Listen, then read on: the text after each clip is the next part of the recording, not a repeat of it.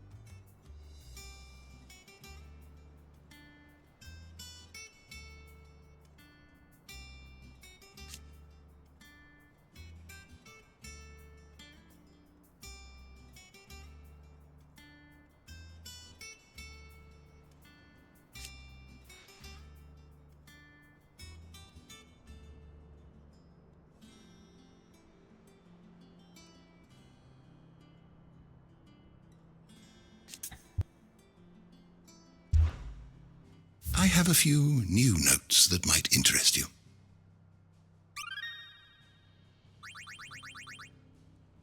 What subject shall we consider today?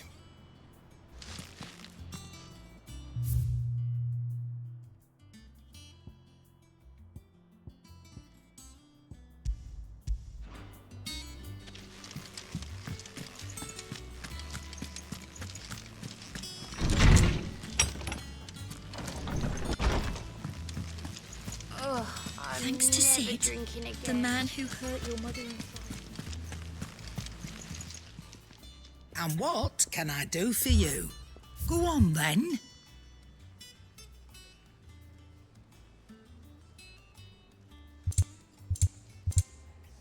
Come again. Or don't. I'm not much bothered either way. Back, are ya? What do you want?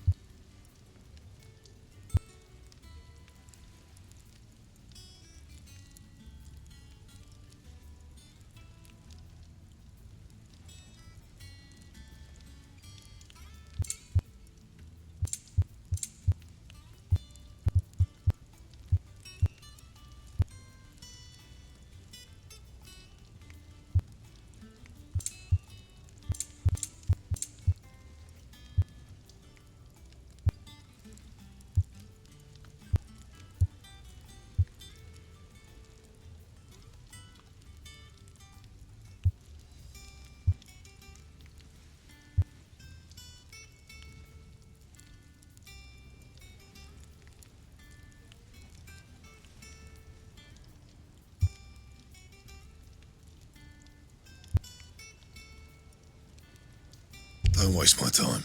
You ain't got the stuff.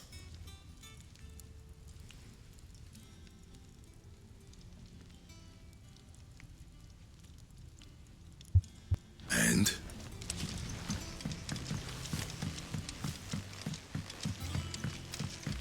I went up to give some greens to the chocobo.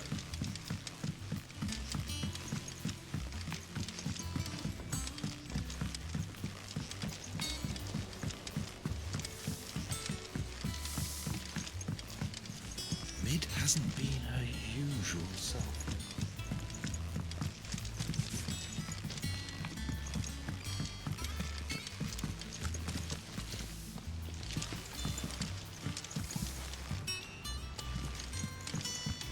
Editors started reading books that don't have any pictures in.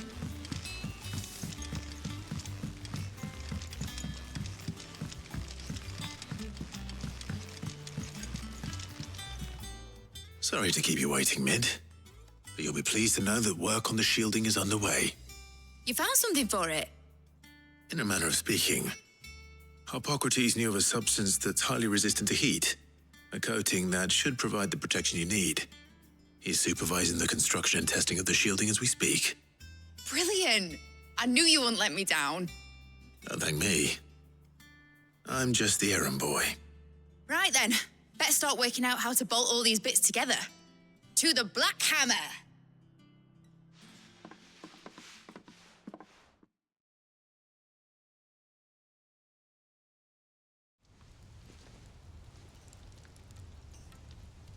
You know, when I got into the smithing game, I thought I'd be making swords and shields, not thermal bleeding didgeridoo-dahs.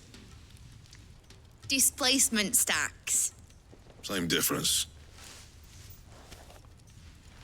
Whatever you call it, I ain't putting it together in here. It's cramped enough as it is. Let's take this outside. Mid, you get all the parts lined up on the deck. I'll take care of the rest. On my way! Oh, and bring me the biggest hammer you can find.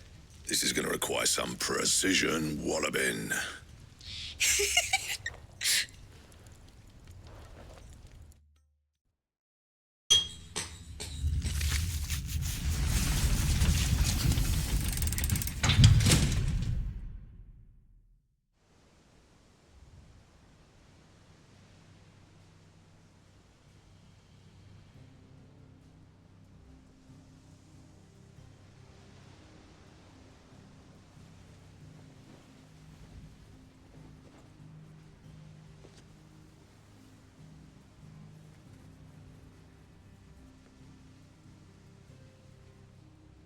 It's finished! It's finally finished! Thank fuck for that. I'll be feeling my hammer arm for weeks. Thank you, Clive, Blackthorn, everyone. That's one down and just 3 more to go. I'm sorry. Oh, didn't I tell you? The Enterprise has 4 mithril engines and we'll be needing a displacement stack for each. You don't mean... Don't worry. Now they've got a finished one to work off. My gang in Canva can build the rest. Good luck to them, I say. Right, I'm off to get a sling for this elbow. Any other work comes in, keep it to yourselves, eh?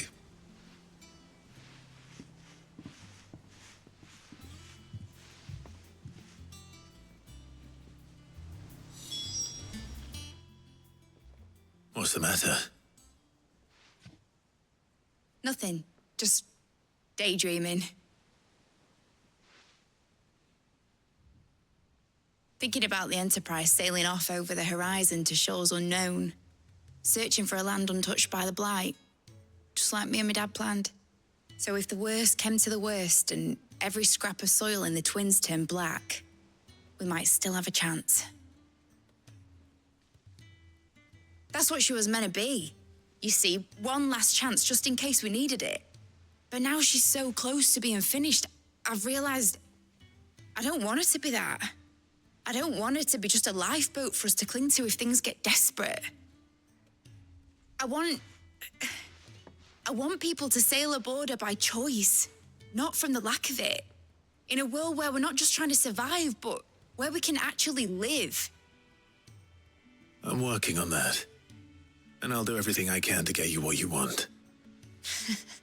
Don't you always? All right. My mind's made up. As soon as the Enterprise is fit to sail, I'm putting her under your command. Sod our plans, I'm trusting in yours. Are you sure about this? Something tells me it's what my dad would have wanted. He'd be proud of you. You were gonna visit his grave, weren't you? I was. And you can come too now that your little project is finished. Right. There's just one thing I need to finish up first. Won't be a mo. All right. I'll let Otto know you're coming. Meet us in the mess when you're ready. Aye, aye, Captain.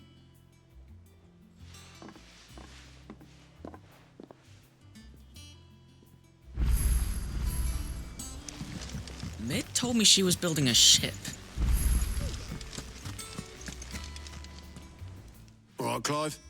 Asterix. Mid finished sending half the hideaway traipsing across the twins, has she? I swear, that girl'd do anything to put off visiting her old dad's grave. No excuses now, though, eh? Not quite. She said there was one final thing she had to take care of. I'm sure she'll be finished soon enough. She said that, in those words. She did, yes. Clive, were you born yesterday or something? There is no thing. She'll probably be halfway to Canva by now. Mid. I might still be able to catch her.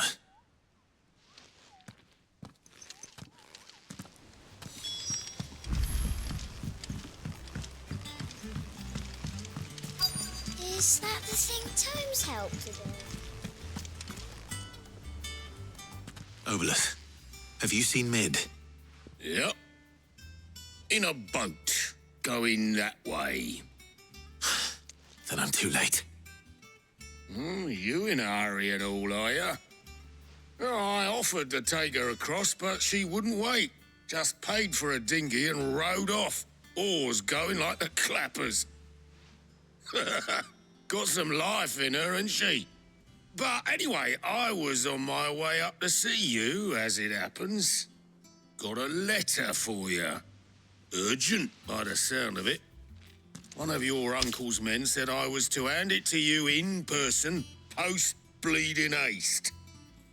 And you're here now. Thank you, Obolus. Don't mention it. What tidings, Uncle?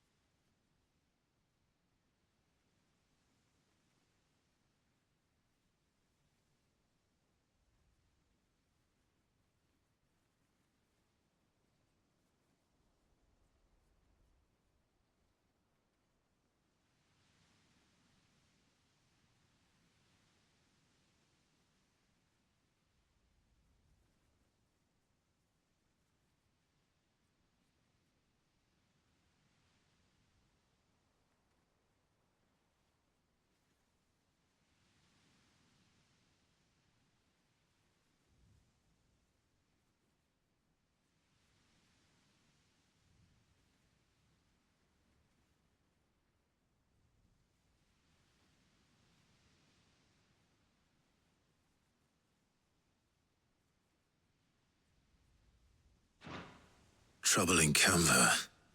Well, I'll need someone to keep an eye on Mid.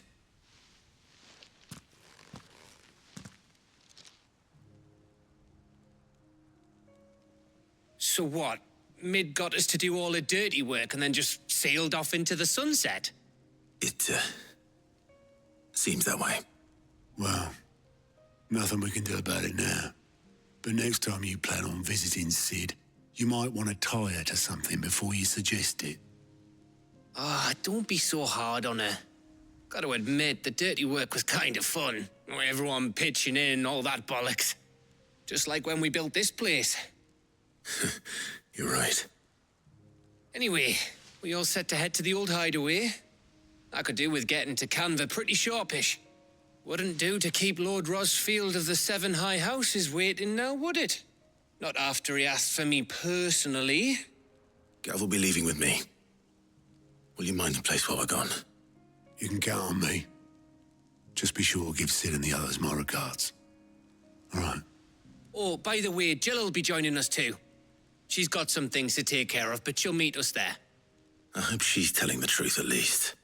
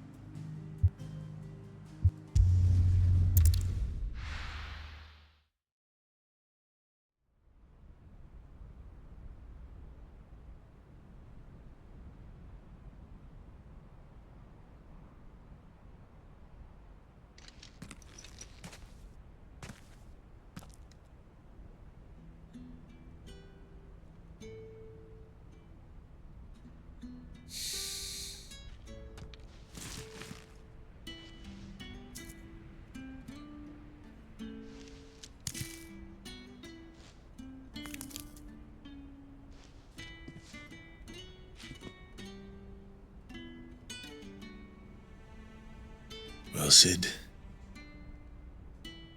I remember what you told me. That if no one is listening to what you have to say, you may as well not say it.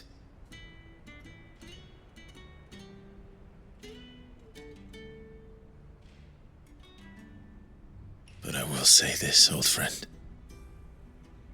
Hugo Cooker is gone. His shadow looms over us no longer. It's a pity the Phoenix can't be in two places at once. If he'd have been with us, maybe he could have done something for the Lost. Not even the Phoenix can bring people back from the dead. Life has a beginning and an end. So we must live while we have the chance. And not as slaves to the crystals, but as free men. May we join you?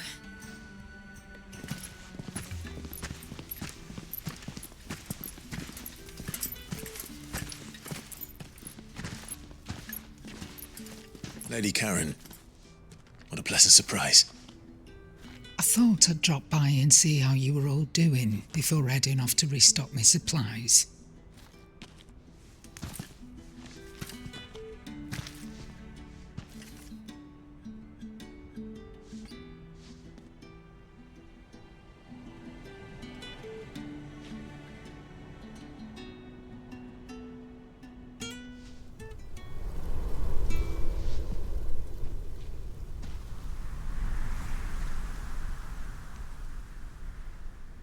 It wasn't the most scenic view back then, but it were never as bad as this. I know. The Blight marches on. And soon, there'll be no escaping sights like these.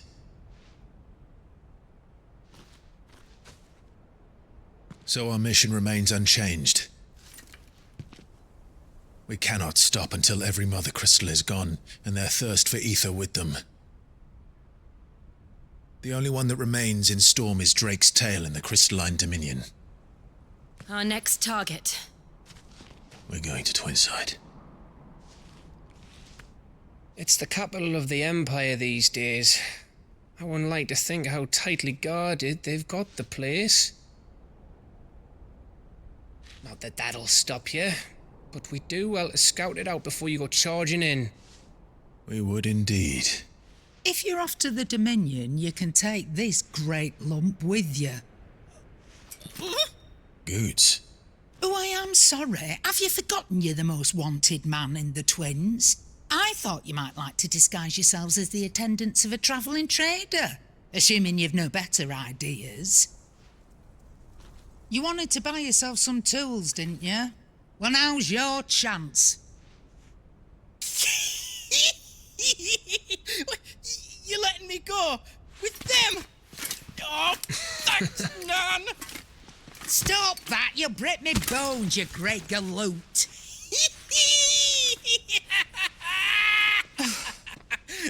There's a caravan that runs back and forth between the Dominion and the Bocklad markets. It's managed by the Merchants Guild. Just show them Goots' traders pass and you'll be on your way. It'll be a damn sight less risky than footing it the length of the Crystal Road. That's for sure. Thank you, Karen. And glad to have you with us, Goots. Okay then. I'll get me things and I'll meet yous there. See yous down in Bocklad.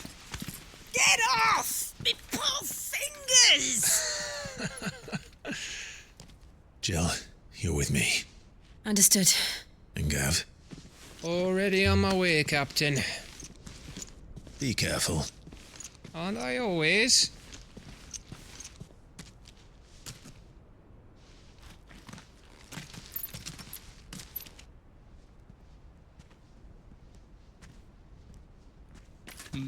Do you see that, Sid? Your protege's making a proper little outlaw of himself.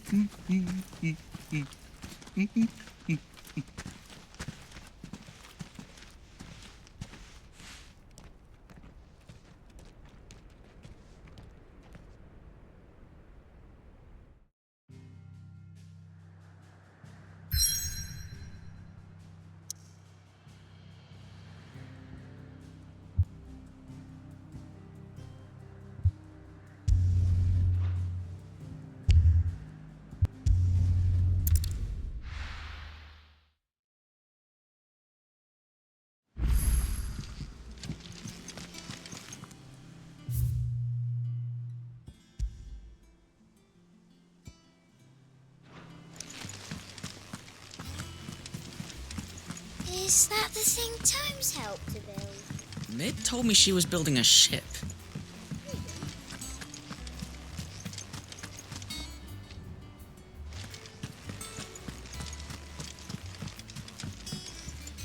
Here for another of my lectures?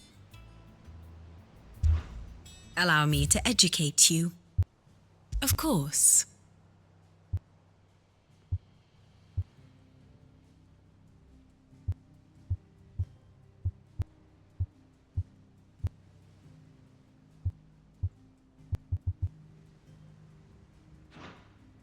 Study it well, Clive.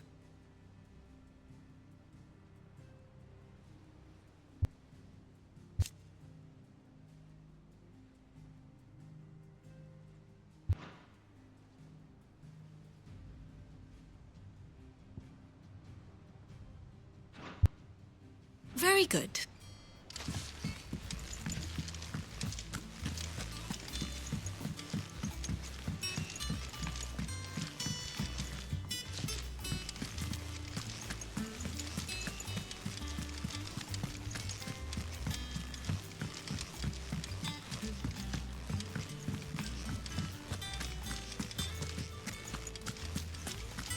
He cracked the crystal too? You're joking.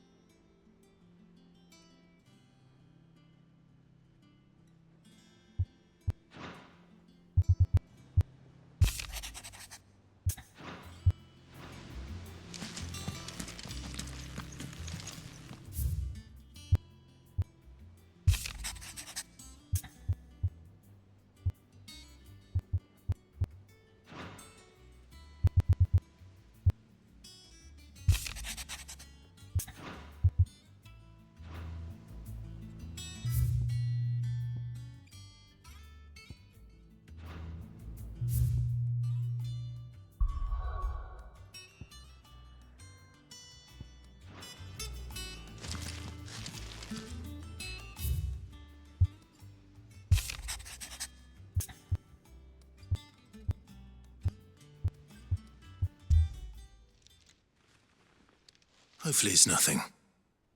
But I should speak to Blackthorn just in case.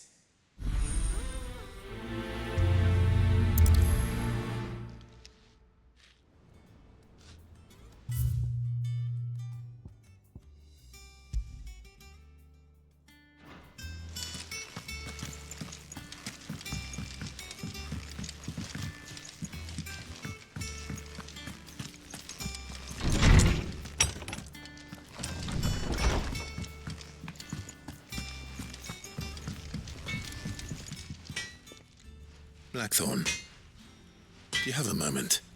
Not really, no. This won't take long. I just wanted to ask how you're getting on. August was worried about you, that you might still be doubting your craft, even after learning the trick of that cuirass. Is there something else weighing on your mind? Perhaps sharing your thoughts might help. That bastard's like a dog with a bone. Still, he's got a keen eye, I'll give him that. He's just, well, Karen showed me something. Something I've never seen before. And that was? A sword. An odd-looking thing with a single-edged blade. The metal itself wasn't anything to write home about, but fuck me, the edge on it. You could slice a man clean in two with a weapon like that, and he'd be halfway home before he even realised he'd been cut. So that's what's troubling you? No. Not troubling me exactly. More distracting. Can't stop thinking, how do you get an edge that sharp? It's driving me mad. And if you knew how to do it, we could arm the curse breakers with even better blades. That's about the size of it, yeah. I'll see what I can find out. Sharper swords are always welcome. And we can't have our master blacksmith being distracted. You're a soft touch, you know that. but I can't say I'm not grateful for it. Good luck, eh? Thank you. Let's see what Karen knows about this sword.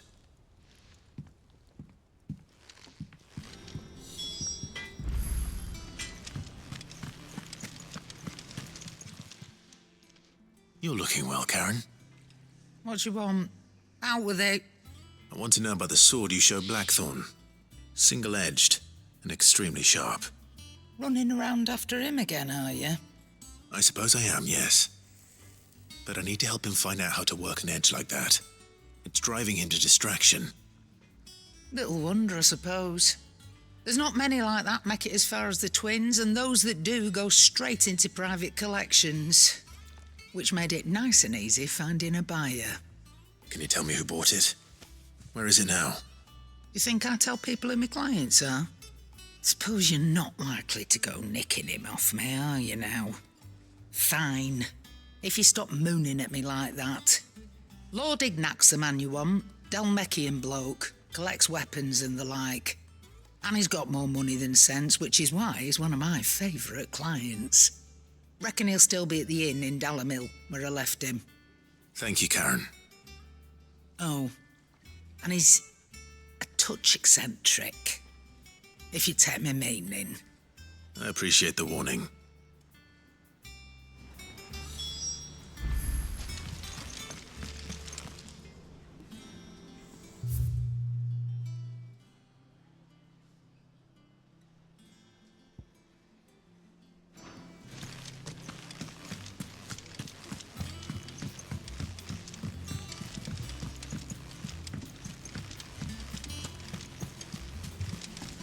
Is that the thing Times helped to build? Mid told me she was building a ship.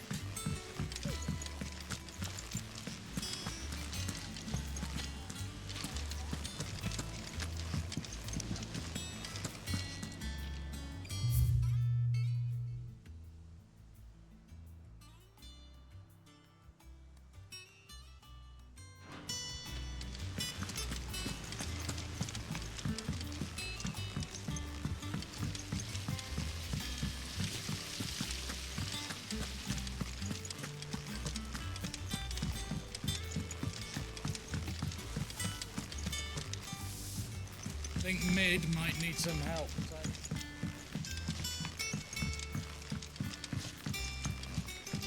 Well, not here.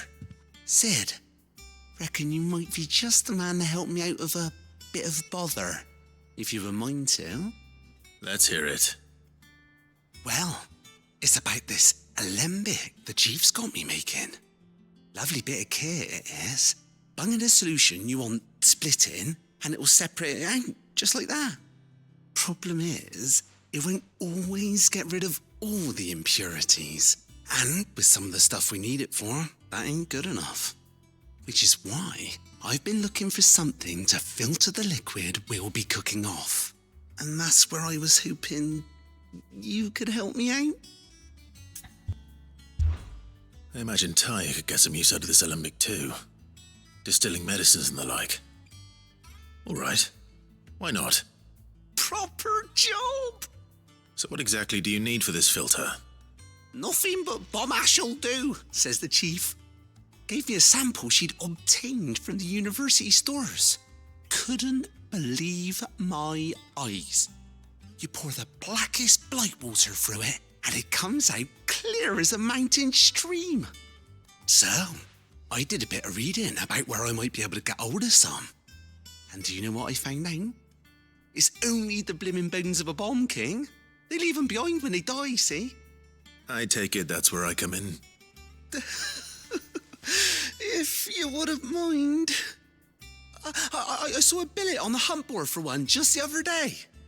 Would have gone myself, but, well, fighting dirty great balls of flame isn't exactly my forte. You, on the other hand... All right. I'll see what I can do. Thank you kindly. And good hunting, eh?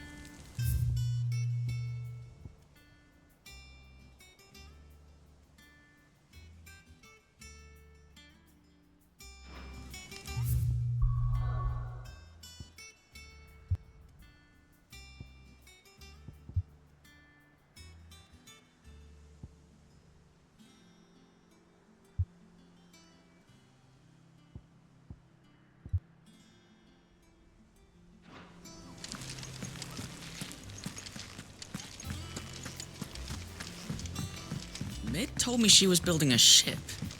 Really? Is that the thing Times helped to build?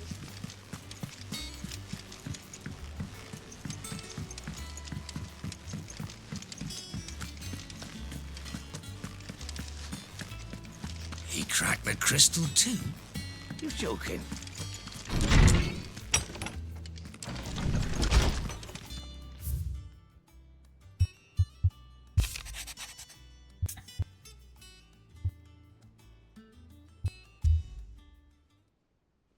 What could be wrong with Torgor?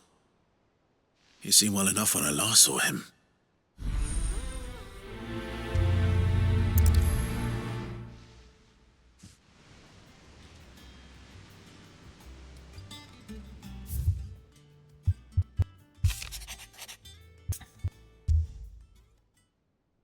Trouble with the ledgers. Shouldn't he be asking Otto for help?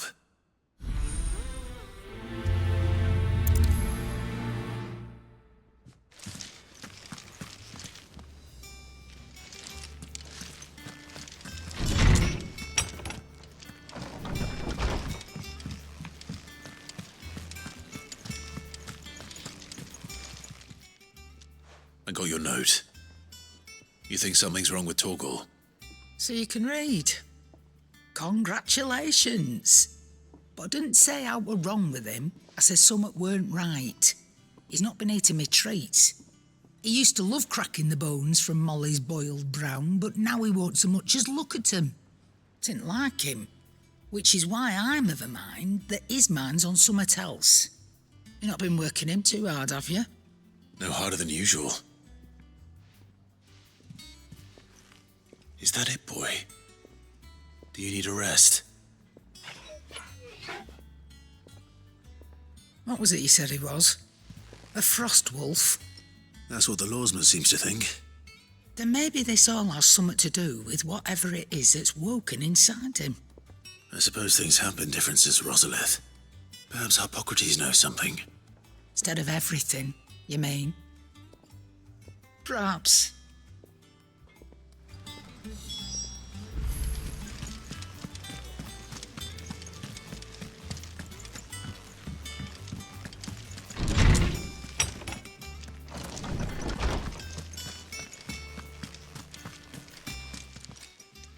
Lawsman, I need to ask you about Torgor.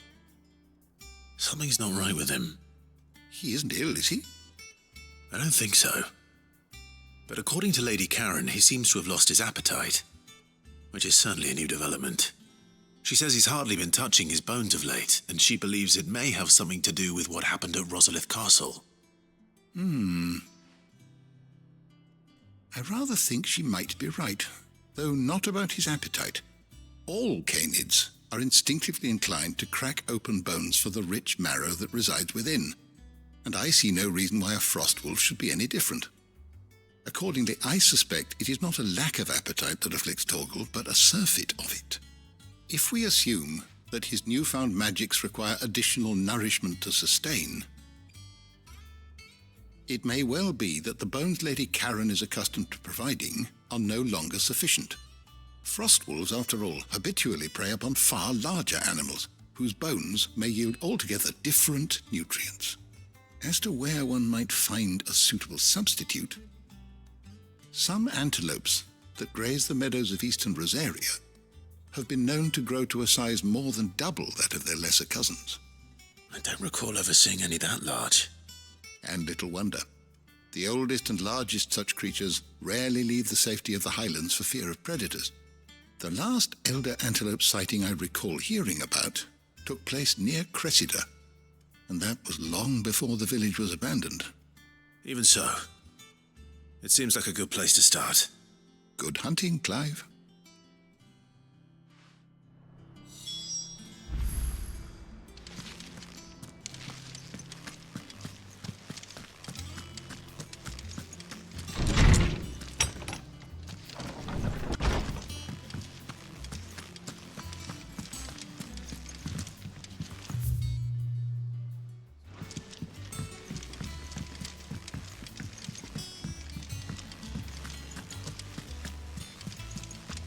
Is that the thing Times helped to build?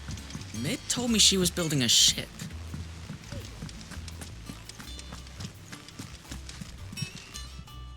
Clive, did you get my letter? That's why I'm here. Shh. Otto won't be listening. Is this better? A little. Listen, I've some bad news. It turns out the Hideaway may be slightly behind in its payment to certain lenders, and it's maybe my fault. But I swear to the goddess, I thought I had the numbers square. Sadly, that square turned out to be more of a circle. Zero, you might say.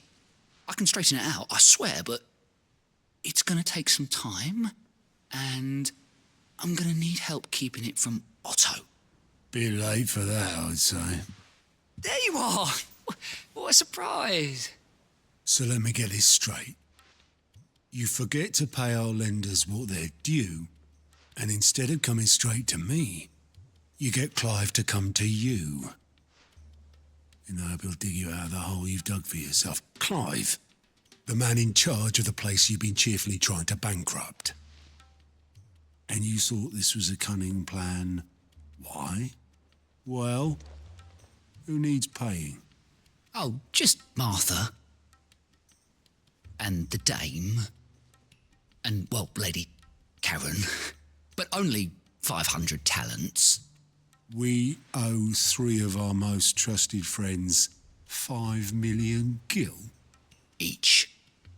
5 million each. They lent us the bulk of the money we used to rebuild the Hideaway, you see, and, well, I must have made some sort of oversight. Those ledgers were my responsibility, and it was my decision to entrust them to you. This is my fault. Do we have that much to hand? I can always ask my uncle. No, we don't. And no, you won't. We've lightened Lord Rosfield's purse enough. After the king's ransom we had off him, he deserves better than to see our begging bowl. Besides, we'll need to learn to stand on our own if we're going to make this work. All right. But that doesn't mean you have to shoulder the burden yourself. Is there anything I can do to help? There might be. How'd you fancy taking these to Martha and the dame?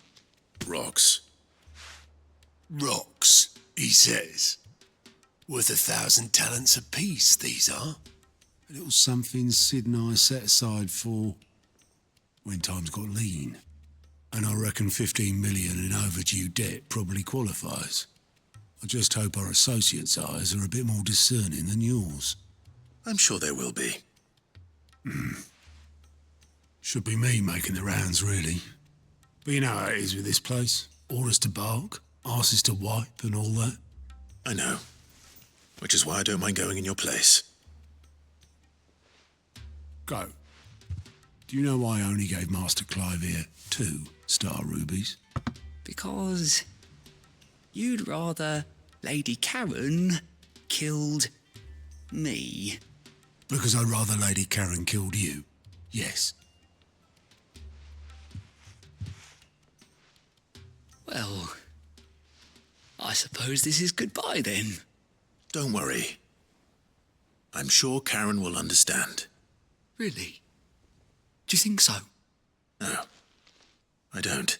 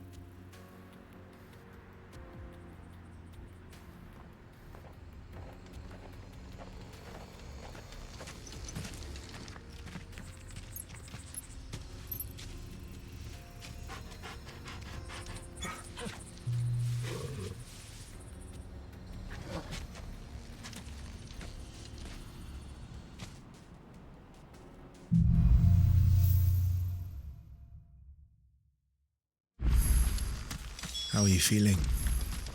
Better. Thanks to Taya. I'm glad to hear it. And Torgal helped too. The new boy.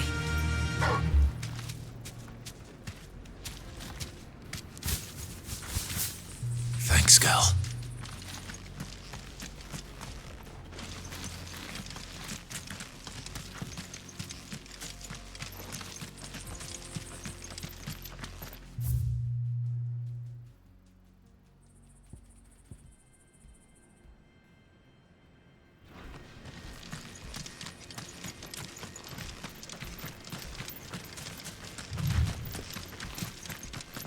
This used to be a trade route for merchants crossing the Scars, till the Republic laid a new road wide enough to let wagons pass, and all official traffic moved there. Leaving this one for those living outside the law. Indeed. I doubt we'll be the only outlaws on the trail today.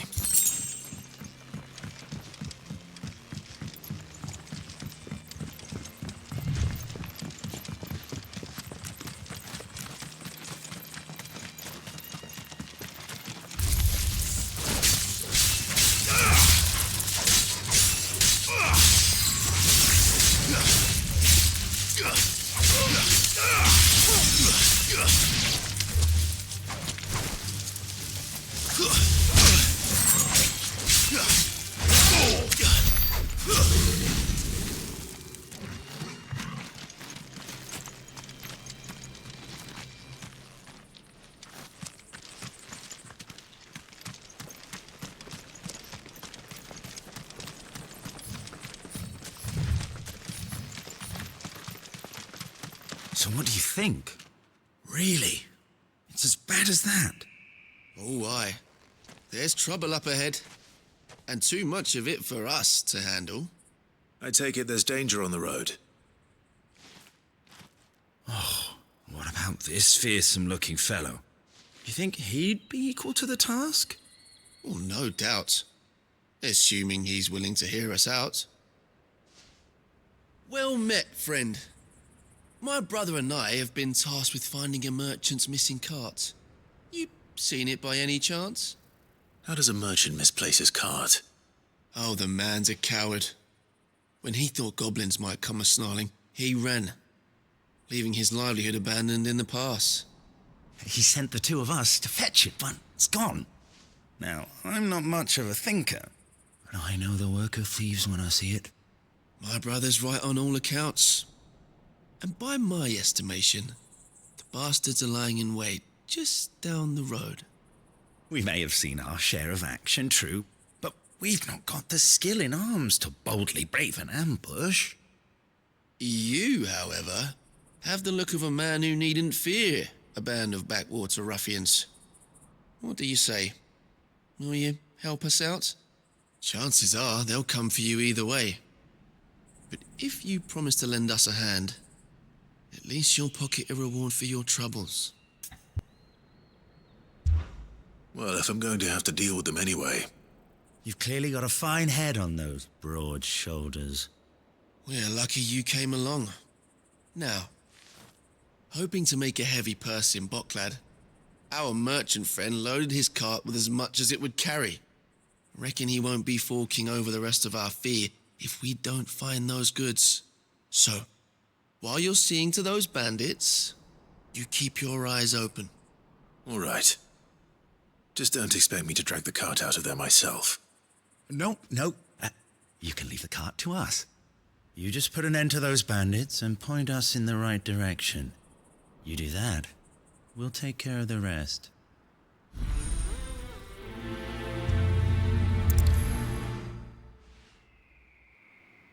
You'll be doing Boklad a favor if you can clear out that pass. Why, I dare say they'll give you a hero's welcome.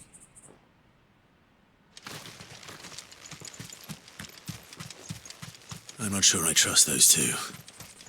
But if there are bandits lying in wait, I should probably take care of them. Look lively, you lot. Well, we've got guests. These must be our bandits.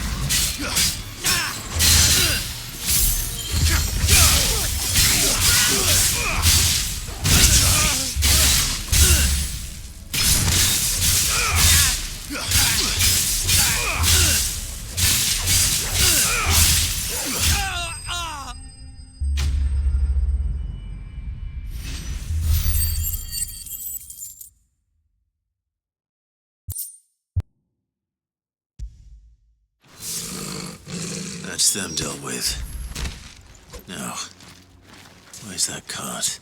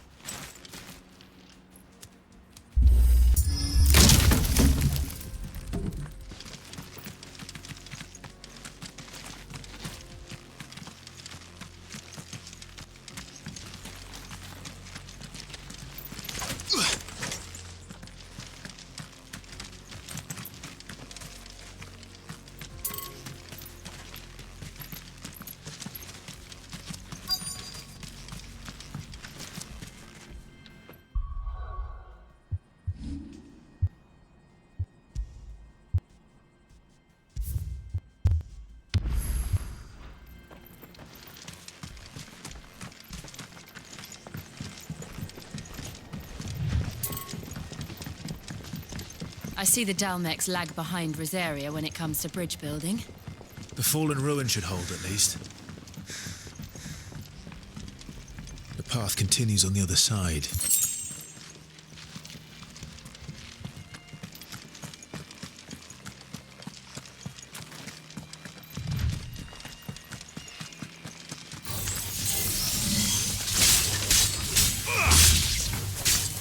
I'm hurt, Torgal.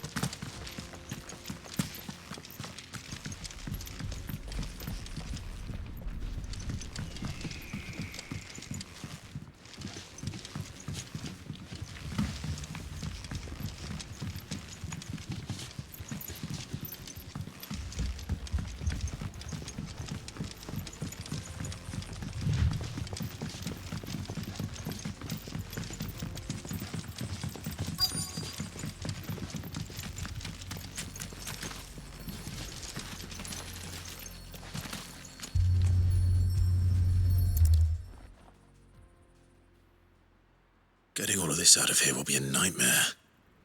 Seems we've found ourselves the right man for the job, wouldn't you say? Found the cart and didn't leave a single bastard breathing. Our merchant friend will be delighted. And how exactly will he be getting his goods out of here? You leave that to us. After all, it'd be wrong to make such a fine warrior haul cabbages to market. You've done your part. And that's all you need to worry about. Here.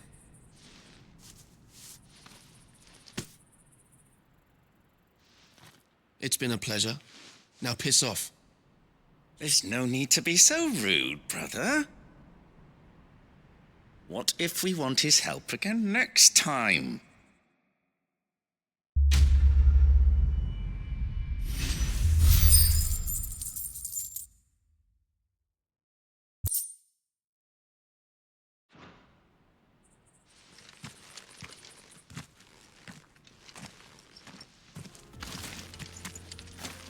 You've had your rewards and you're not getting any more.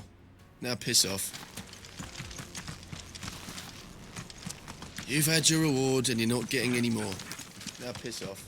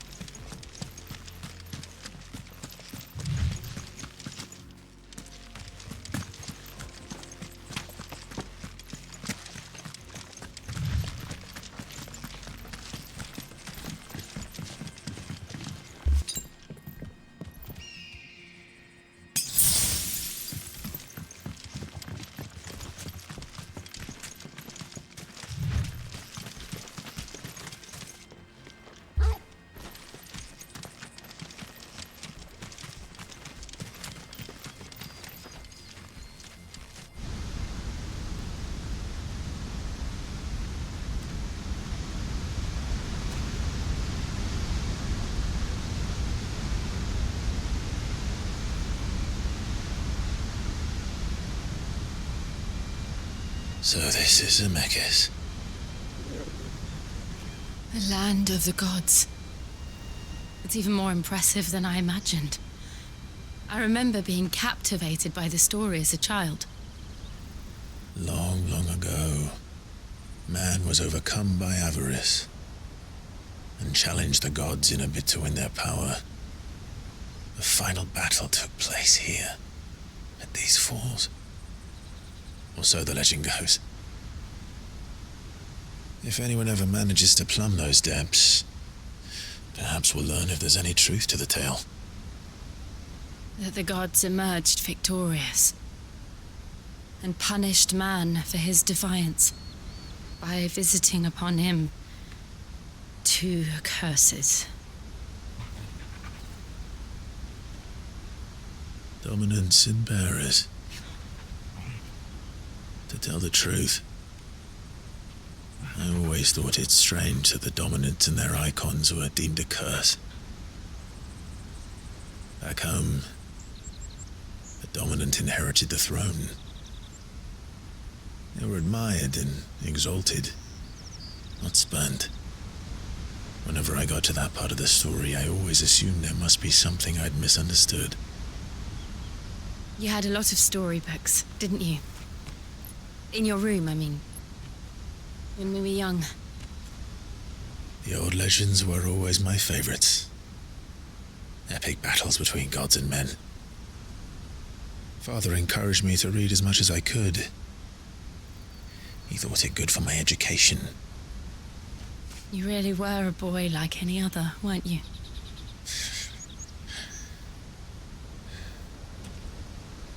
Just look at this place. It's enough to make you believe the legends are true. I know.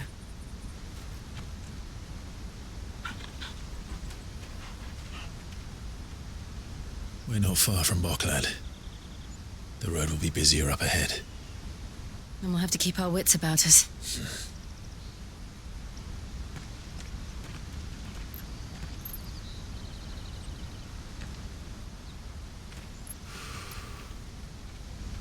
Clive? Something wrong? Nothing. It's nothing.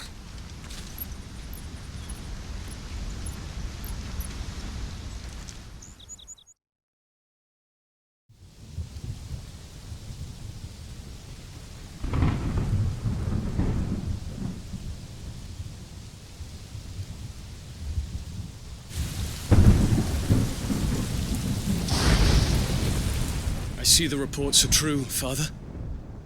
You have surrendered the throne to Olivier. I have. Emperor Olivier shall rebuild the Holy Empire of Sanbreque.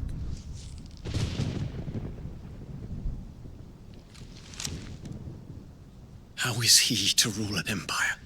He is but a boy. I shall advise him until he comes of age. Father, please. Or for as long as I am able. The empire we seek to build needs young blood to rule it, and I can think of none better suited to the task.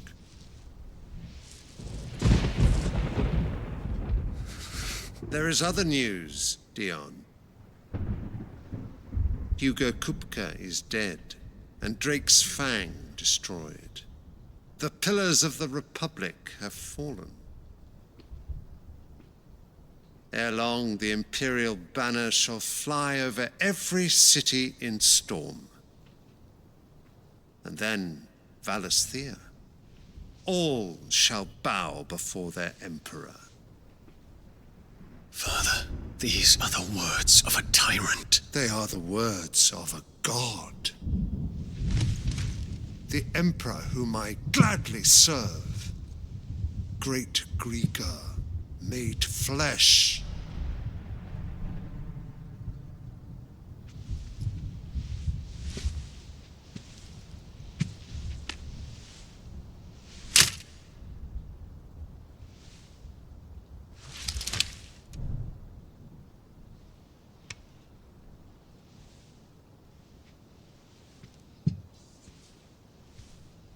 Return to your camp, Dion, and ready your forces.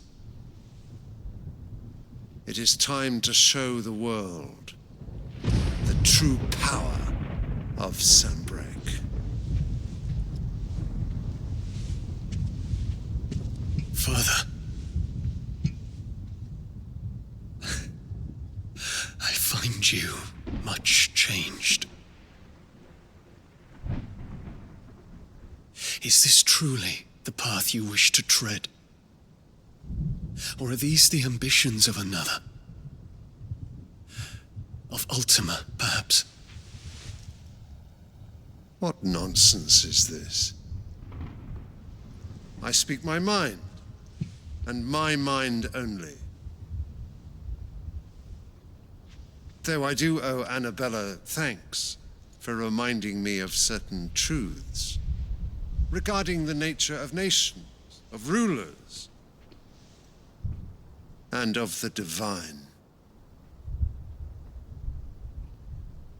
You would trust the words of this traitress? She betrayed her country. She slew her husband. You have ever been an invaluable servant to Sanbreque, Prince Dion. I trust you will continue to serve your Emperor in the wars to come. Canker! Silence! Insolent wretch! You will bend the knee. All else is heresy. Sire, forgive me. This audience is over. Come, your Radiance. The Rowena Syndicate awaits your pleasure. Oh, not another meeting with silly old men. They're so boring.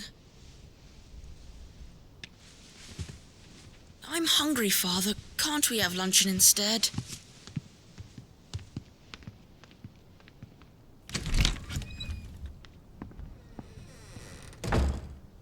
Does it pain you that you will not inherit your father's throne?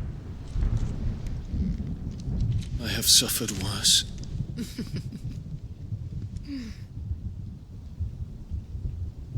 Count your blessings, Dion. For a base-born child to be chosen by Bahamut is miracle enough. You have risen high on his wings, but you shall rise no higher, lest your impure blood stain the throne. What do you know of my blood?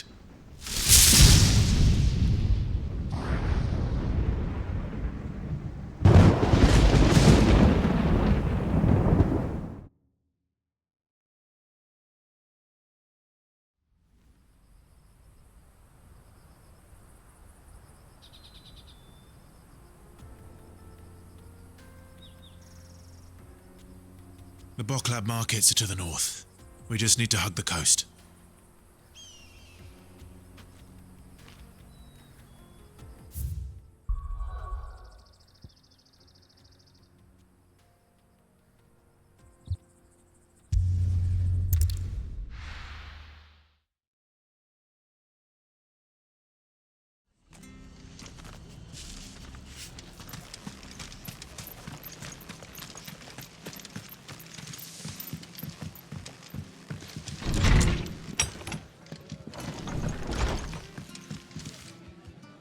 Clive, we weren't expecting you. I wasn't expecting to be here, but it seems we still owe you a considerable amount of coin for your help with our rebuilding efforts. And though I doubt it's what you were expecting, we were hoping you'd take this as payment.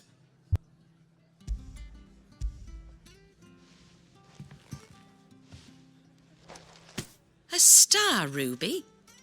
I can't accept this. It's worth at least twice what you owe me.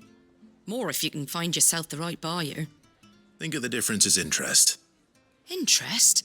If word got out I charged that much, no one would ever borrow from me again. Anyway, why are you the one here asking me about this? I'd have expected Otto. Bit much sending the Lord Marquis out to settle your debts, isn't it? The old goat working himself to death again. Something like that. Most days I think he's the only reason the hideaway's still standing. Same as always, eh?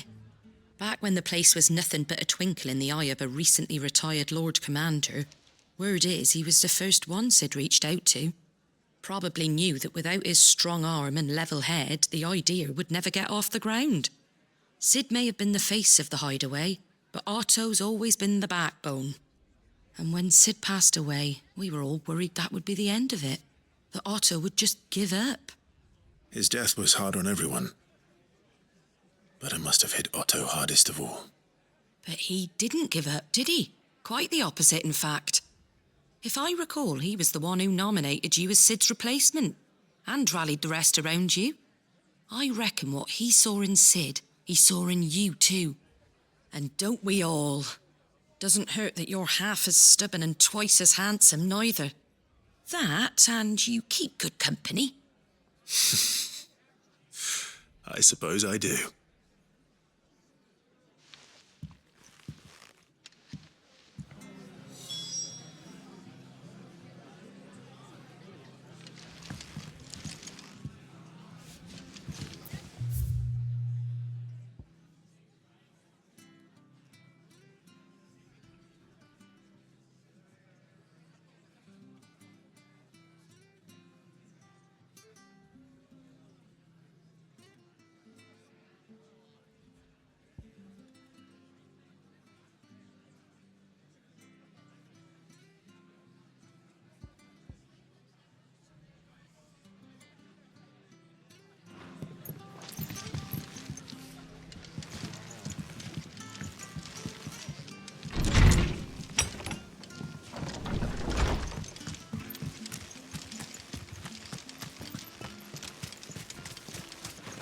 How do?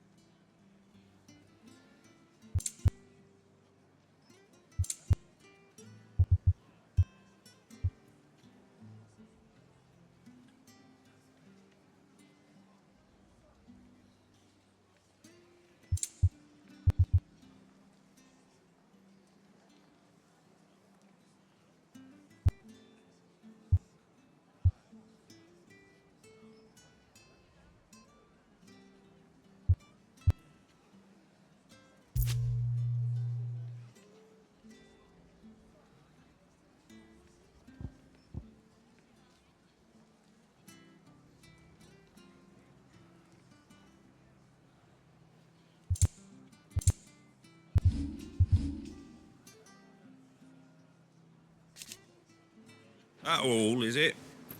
How do?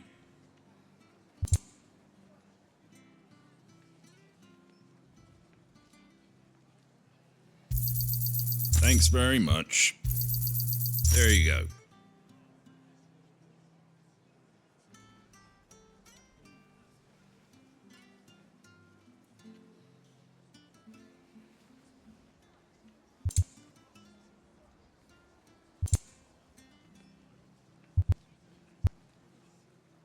Fare thee well.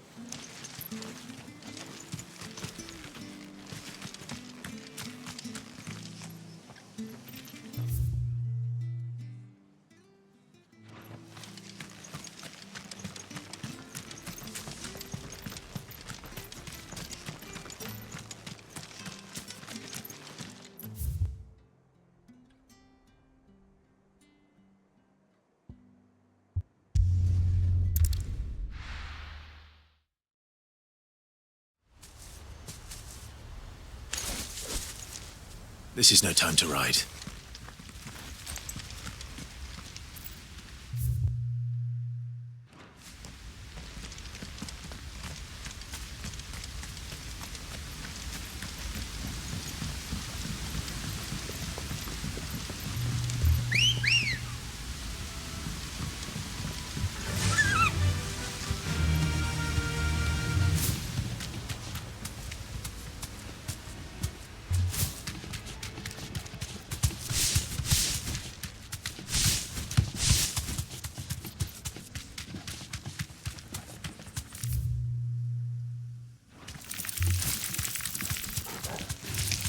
This might take a while.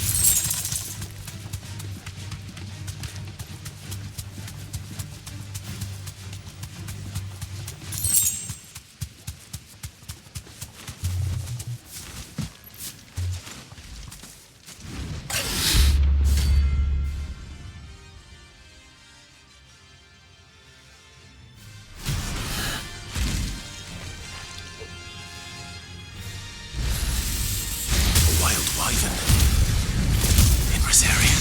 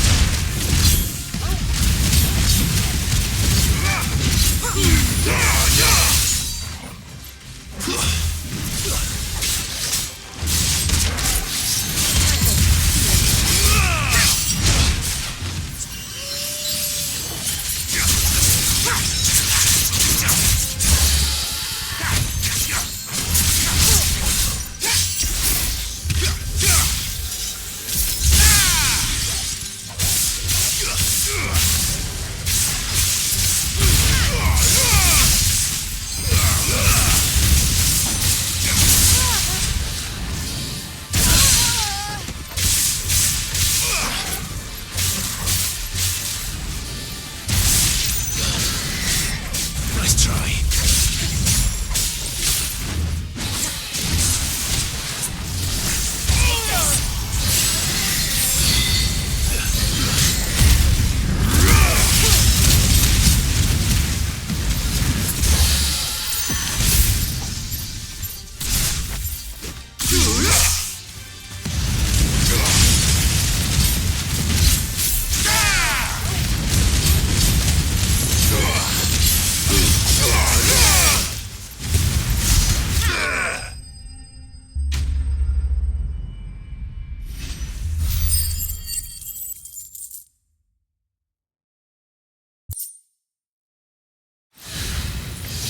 Hope there aren't any more of them.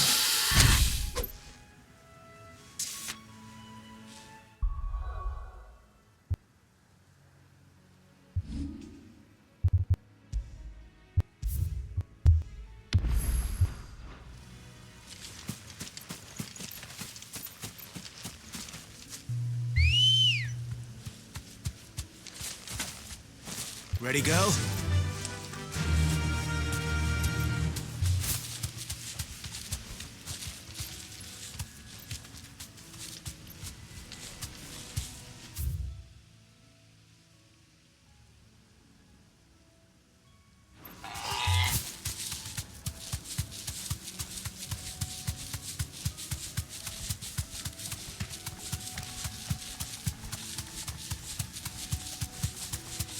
Company.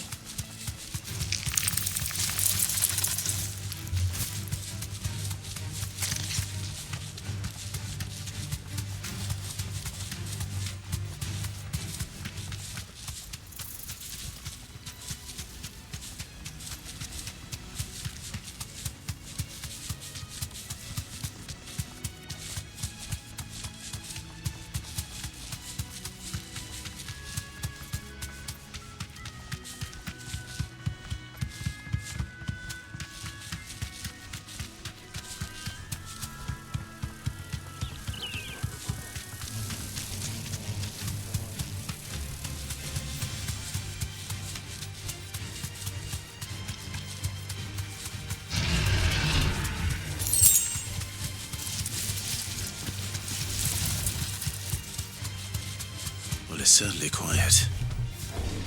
If I were a giant antelope, it would seem like just the place.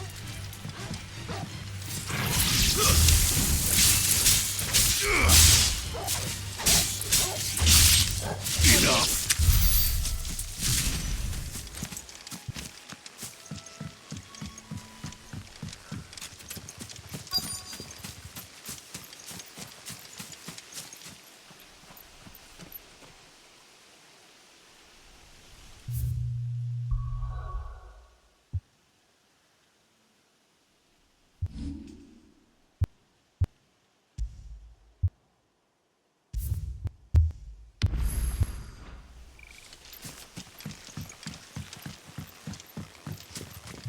I doubt we'll find one bigger than that.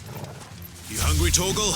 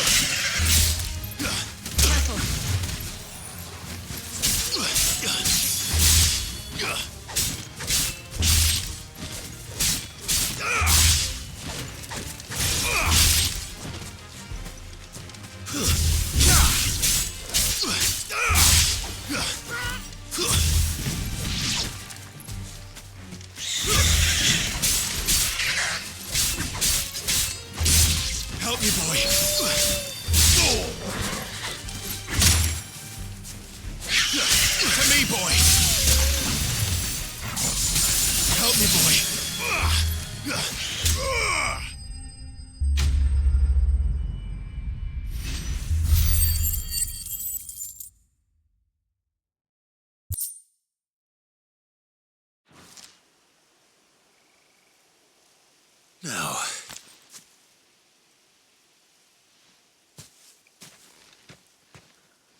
will it be enough, I wonder?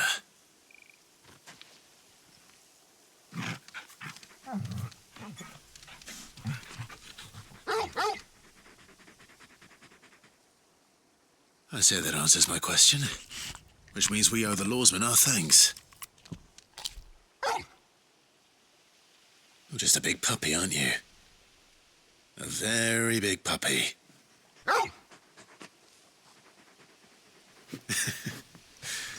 You do know you can take that with you, Torgal.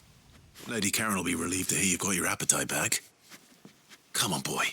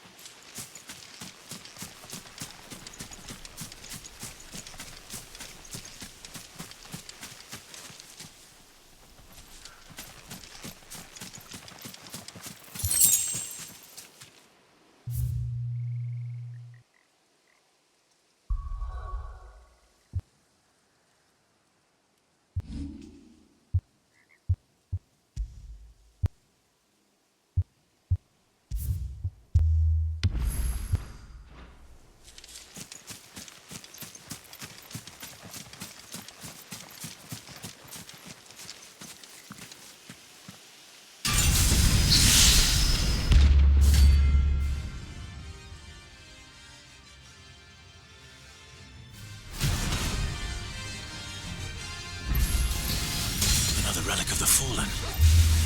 Though it seems this one has a little more life left in it. All right, then.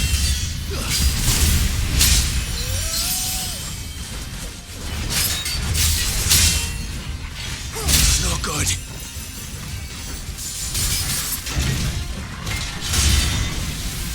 I failed.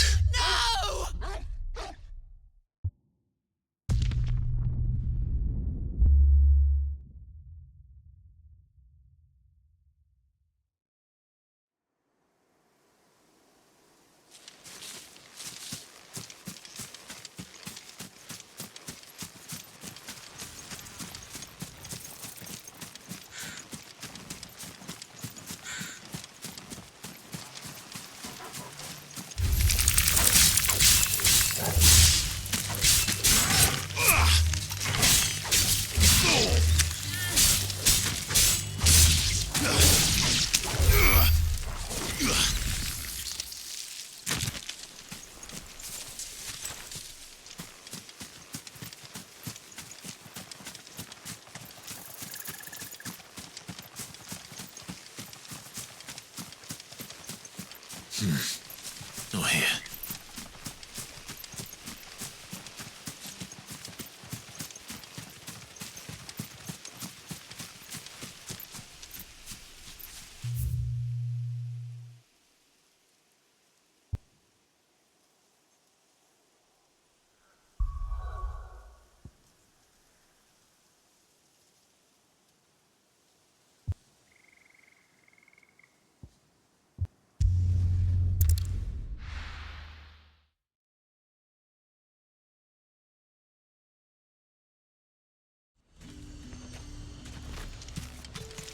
There's talk that the Glassgate flood has finally spread to the world.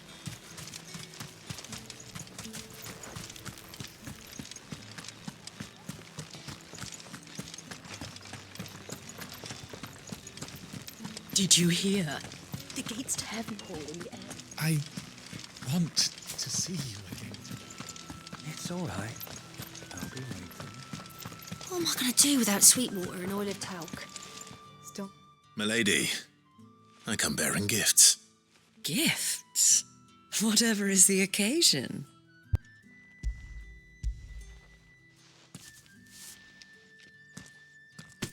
Oh my. Clive, you really have outdone yourself. Otto asked me to give it to you. To settle the Hideaway's debt with the Veil. And to compensate you for the time it took us to do so. You disappoint me, Clive. I thought you might finally be warming to me. Tell Otto he can keep his baubles. I tried to tell him as much the first time around. The man owes me nothing, nor does the Hideaway. My contribution to the restoration effort was made freely and willingly. It was the least I could do. You once told me Sid did you a kindness. I'd like to do the same. Please, accept it. For my sake. And for Otto's. For all of us. For all you've done. It is rather fetching, isn't it? Very well. Otto is lucky to have you, Clive. I doubt anything could ever replace his son. But you and the others at the Hideaway are the closest thing he has to family. Otto had a son. Long ago, yes. Sid told me Otto lost him when he was just a boy, and blamed himself for not being able to stop it. I don't know how it happened, whether there was anything he could have done, but it was clear that it weighed heavily on him. I didn't know. How could you have? I doubt anyone did. Besides Sid, I've never met a man more keen to bear his sorrows in stoic silence. An ill habit, given that both have always been surrounded by friends desperate to help them. I'm beginning to see that.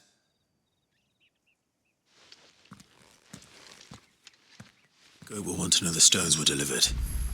If he's still with us. Give my regards to Otto, and tell him I do so miss his visits.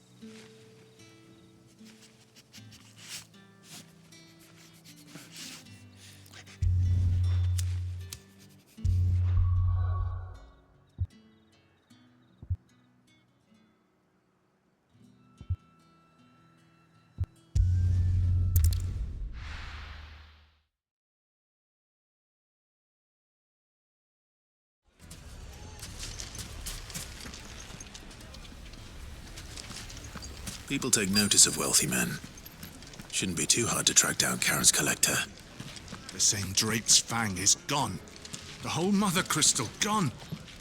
What are we going to do? Calm yourself.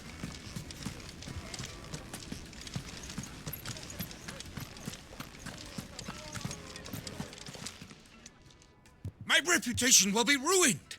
Ruined! Calm yourself, Lord Ignac, I beg of you, before you do yourself a mischief. Pardon the intrusion, but... Out! Get out! I paid for these rooms so I wouldn't be disturbed. Leave me be! Please, allow me to apologize. His lordship is going through a difficult time, and he's never been fond of guests arriving unannounced. Radim! Get rid of the filthy oaf this instant! Very good, Lord Ignac. Would you mind stepping outside for a moment?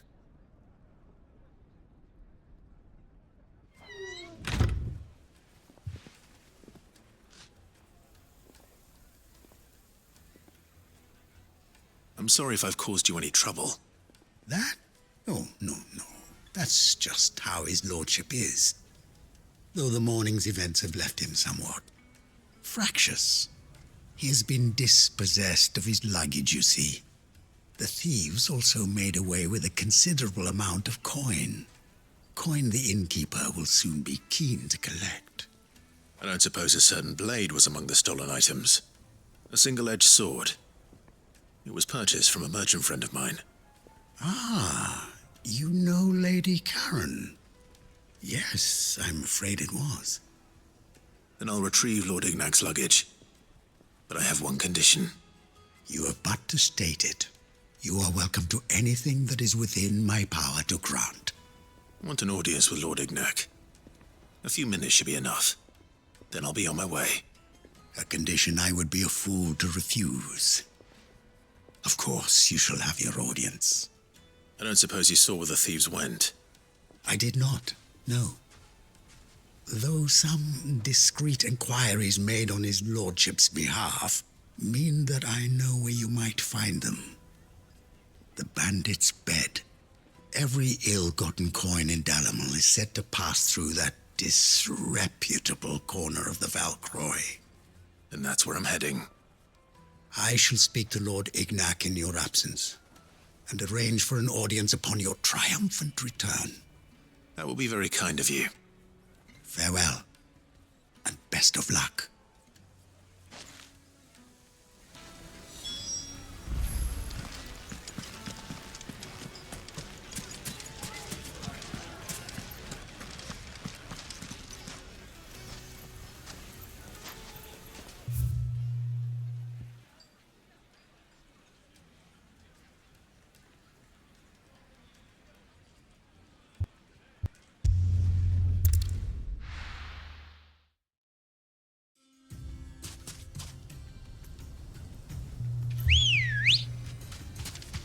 Let's go.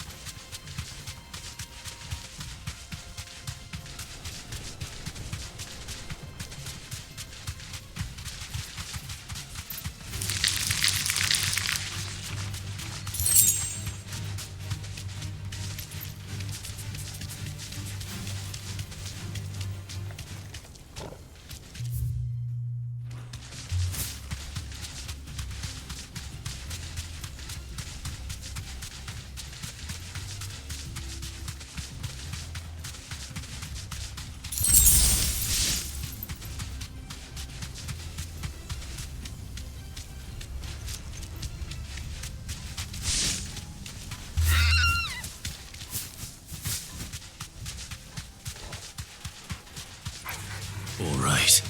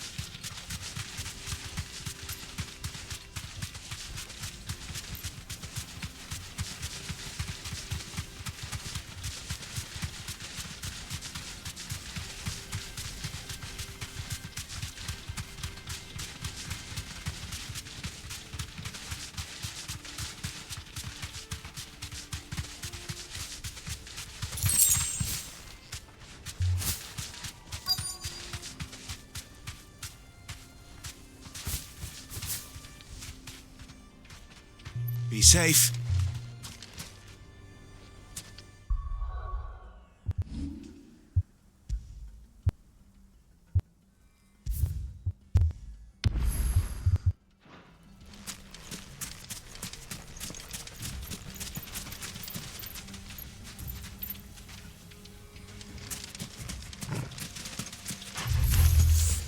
We've got company!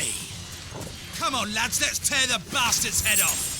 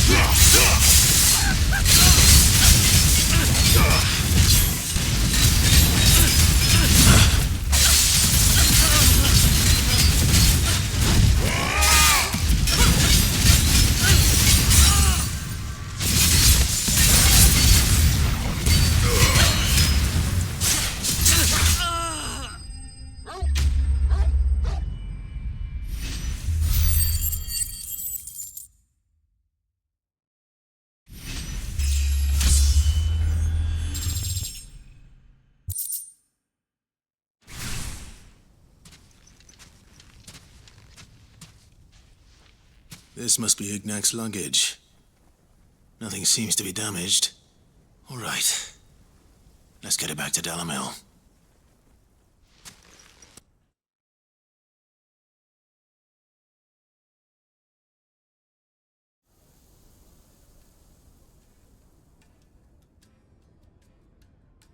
I hear I have you to thank for the return of my effects. What shall I call you, my good man? Wyvern. Glad to make your acquaintance. A formidable name indeed. Well, Wyvern, I appear to be in your debt. Redeem here tells me you wished for an audience. Is that all? A few moments of your time should suffice, yes. You're a peculiar fellow, Wyvern. All right, speak. Master Wyvern was wondering if you could tell him about a certain single-edged sword you recently acquired. Oh, a true work of art, that one. Karen drove me hard on the price, but I would have sold her Radim here to get my hands on that sword. It was made in the Outer Isles, far beyond the Twins, and is used exclusively by the practitioners of a unique school of swordsmanship. They believe no combat should ever exceed a single strike, and hone their blades to such perfection that none ever does. Each sword is made for that one perfect stroke, and for that stroke only. They crack upon a second blow. There's a brutal sort of beauty to it, really. But how do they hone such an edge? Fine question. Why, they use a whetstone, of course. Whetstones, rather. A whole array of them, ranging from the coarse to the fine. 10,000 licks with the sharpening stone, then 10,000 more. But it is the final stone which lends the blade its legendary sharpness. A mineral quite foreign to this great realm of ours. And that is the key. The secret ingredient. Wyvern, it occurs to me that my little lecture is hardly equal to services rendered. Take this, together with my regards. The very stone of which I spoke, far rarer among collectors than even the blade itself, and a far more fitting payment. Thank you. Pardon the intrusion, my lordship. However, it is long past time we prepared ourselves to depart. So it is. I am locked in bitter competition with a rival collector of curiosities. I am one step ahead of the unscrupulous scoundrel, but he is hard at my heels. And there are many other collectors out there. Too many to count, but only one do I consider my nemesis. Lord Byron Rosfield. And is a perennial thorn in my side. I can imagine. Farewell, Wyvern. May our paths cross again. Radim, we mustn't dawdle.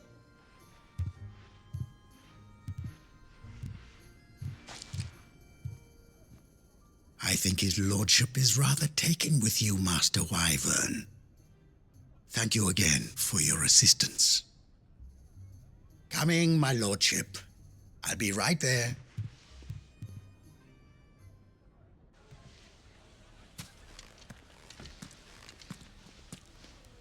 Trust Uncle Byron to find such an interesting rival. Now, let's see what Blackthorn makes of this whetstone, shall we?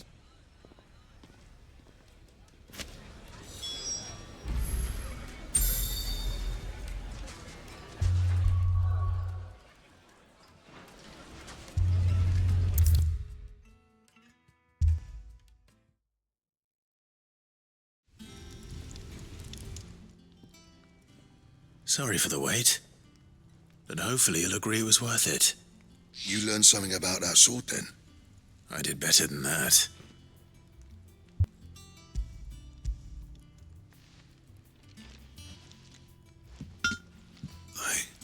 A whetstone? Yes, but not one you'll find anywhere in Valisthea.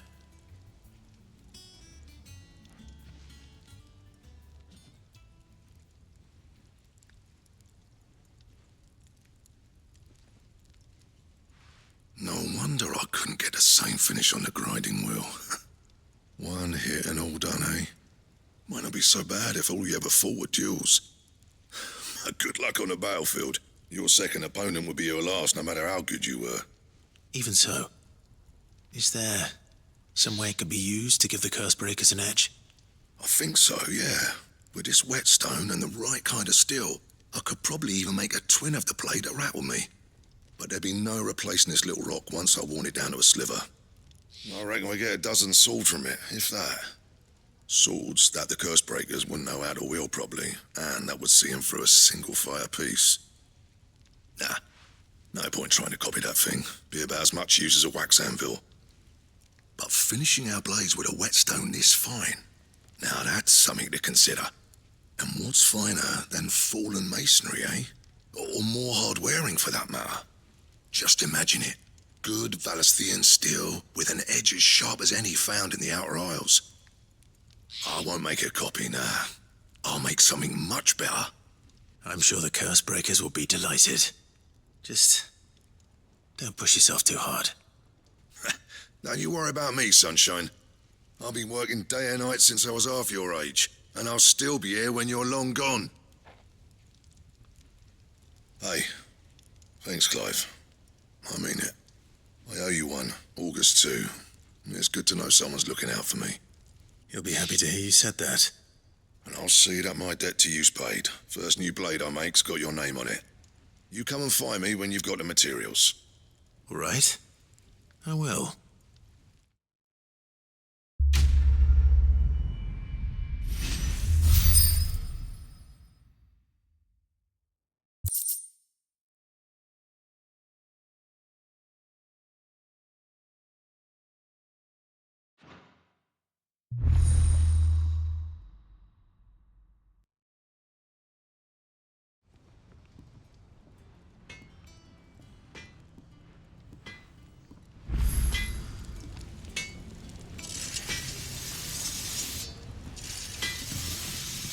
Back, are ya?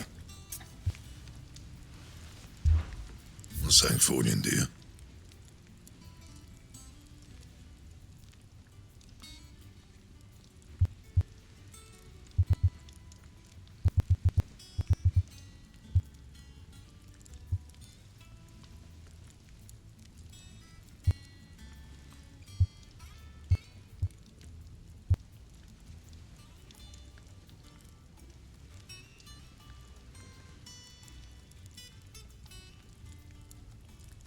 And how am I meant to do that then?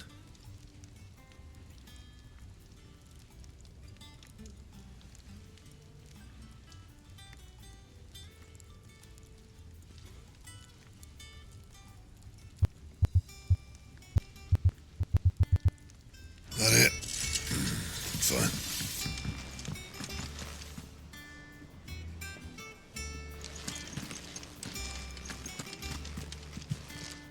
I noticed you and Torgal had gone off somewhere. Take him for a walk, did you? You could say that.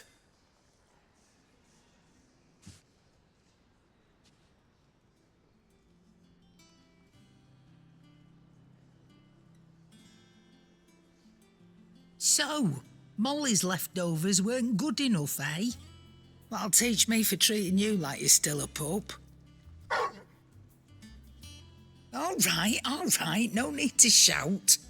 Now we know what you're after, I can see about getting some in. Speaking of which, I brought one for later. Can I leave it with you?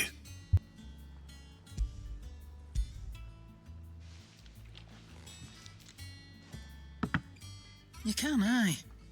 I'm nice like that. In return, you can thank Tomes for me. The bloody know-it-all. I was just on my way to see him.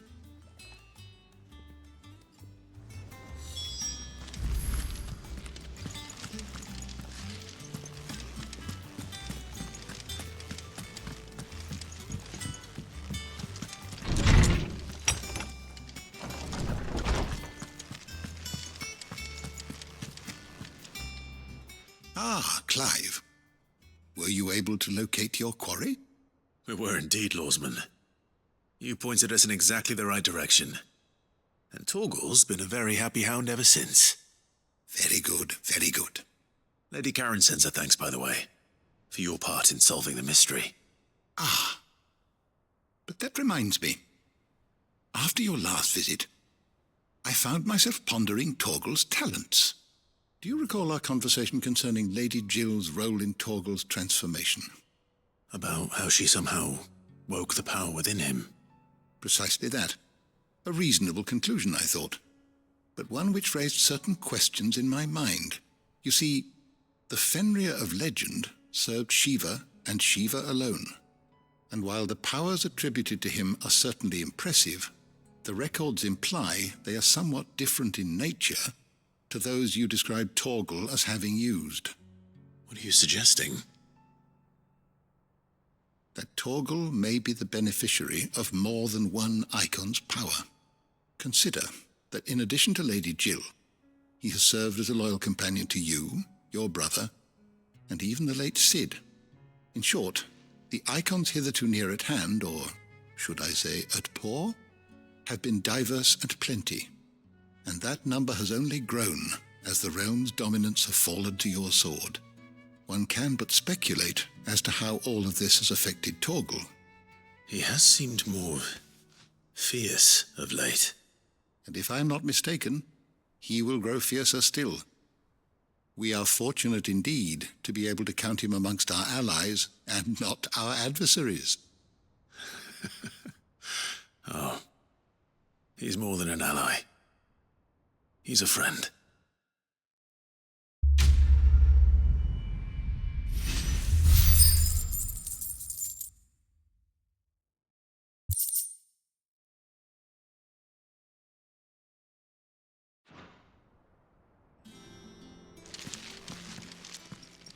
Is there something I might assist you with, Clive?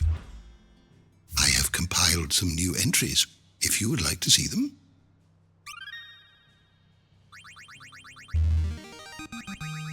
There is a rather fascinating excerpt I've been meaning to show you.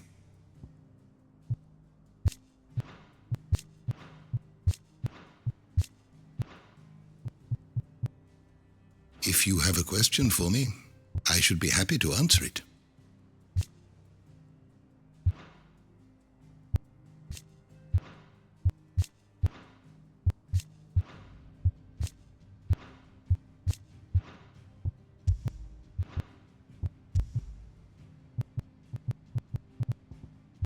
You are always welcome, Clive.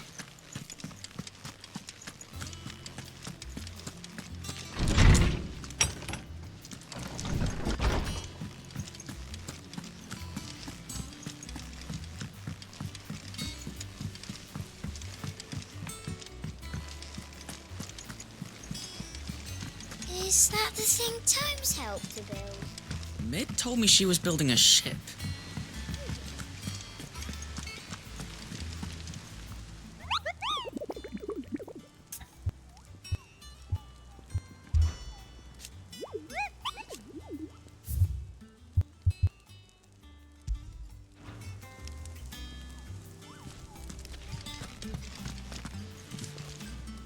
Goat. Still alive, I see. So Lady Karen accepted the ruby. Ah, about that. I tried my best, but she was just too stubborn to take it. She threw it right back in my face, in fact, and told me I could stick my stupid stone where the sun don't shine. Karen refused payment. I hope it wasn't something I said. I'm sure you were as tactful as ever. Let me see what I can do. Oh, wonderful. I hope you have better luck than I did.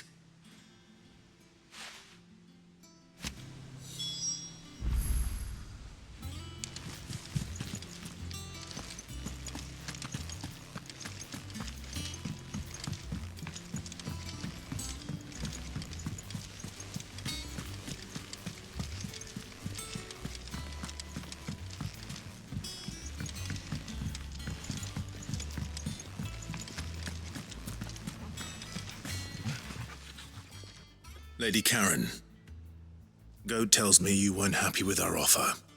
Would you prefer the debt was repaid in coin? What debt? I don't recall lending any of you lot me hard-earned gil. I may have tossed a talent or two in the Hideaway's coffers, but those were donations, and you can hardly call it charity if you go asking for it back. Of course not. But one good turn deserves another. And our circumstances have changed. Surely you wouldn't shun the gratitude of a pauper who happened to have become a prince. Oh, so you're a prince now, are you? Fine. But I'm selling it and taking what I'm owed, then you're getting the rest whether you like it or not.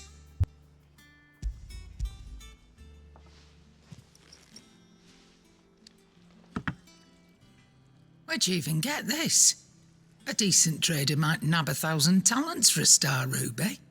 A canny one, meanwhile, might claim it were nicked from the belt of Sid the Outlaw himself and ask twice as much. Might be I already have a buyer in mind. Might be you even know her. A fine continental maid whose beauty's only eclipsed by a guile in commerce. You wouldn't mind, would you? Not at all. Just be sure to tell her that it's always a pleasure doing business.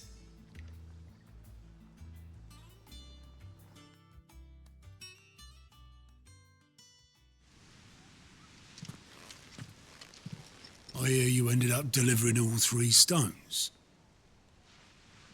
Thanks to this lump. I sometimes wonder what I pay you for. Speaking of which, I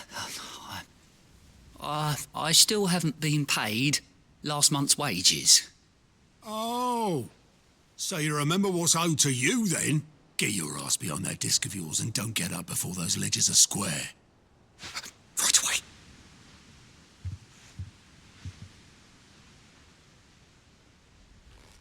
I've seen that before. You have, yeah. Plenty of times. It was the only goblet Sid ever used, either out of habit or because the filthy sod couldn't be bothered to find a clean one. I knew so little about him. Like most people. Martha and the Dame both seem to have fond memories of him. I bet they do. How long did you know Sid before he... Before he died? 20 summers, give or take. Back in the day, I was a purser on a trade ship, which is where I met him. He bought passage to... I forget where. And having nothing better to do on the long nights, we sat up drinking island rum till the morning bell dragged me back to my duties. Quit my post not long after that, on account of making a fine maiden's belly fat. But me and Sid stayed close, promising we'd one day sail the seas again. That was before fate stepped in and said she was having none of it. The magic woke inside my son soon after his first name day, and there was no hiding his knack. Couldn't you and your family have... My family were the ones who summoned the constable, wanted the monster taken away. I couldn't turn my back on him, forget what I felt, and I couldn't for the life of me understand how they could. Luckily, Sid was of the same mind as me. It was him who stood beside me when all I wanted was to tear the whole world down. Him who cried for me when I had no tears left of my own. Him who swore he'd do everything he could to stop it from happening again. And he was true to his word, too. Left the Royal Army once and for all. His ranks, his ribbons, gone. Just like that. Threw away everything he had. All to right a wrong that no one else had the courage to face. I knew then I'd follow that man to the ends of the earth.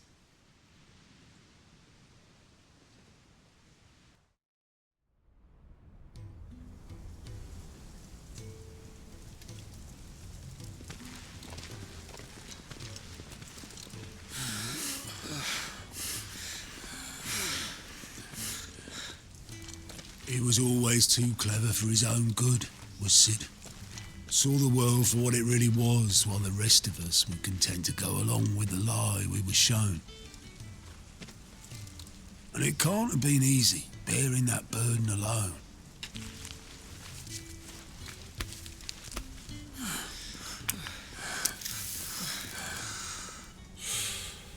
But he didn't let it stop him. He never lost faith in what he believed was right. And that gave us faith in him. Faith he'd steer us true. So I swore to myself that I'd always be right behind him, ready to catch the stubborn sod, if ever he should fall.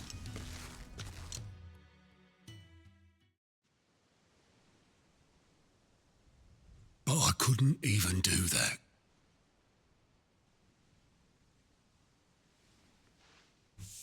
Ignore me. Just the ramblings of a tired old man. Leave that lot. I'll tidy it up in a bit.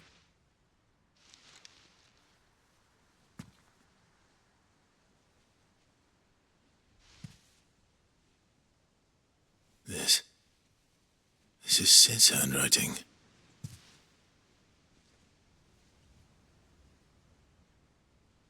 Dear Otto. I may be drunk, but I wanted you to know this place would be fucked without you. Love you, you grumpy old sod.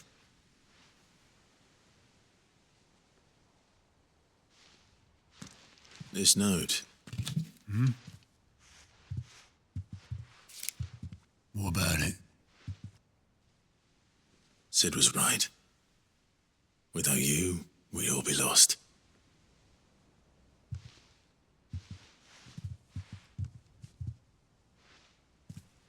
He should have bloody well said so then. Just once. Before he went. But then, why would he? Him, or anyone? I'd only have told him to piss off.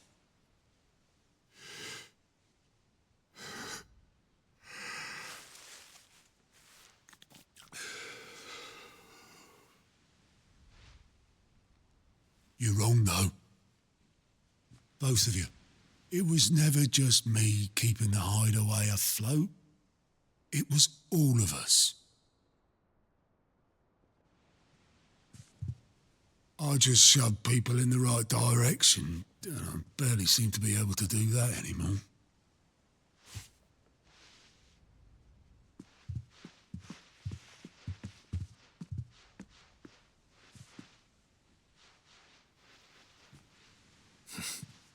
Would you rather go at the helm? Well, maybe I've got a few more years left in me. I'm going to hold you to that, Otto. Before you go, Sid would have wanted you to have this. But that's... This'll do me just fine.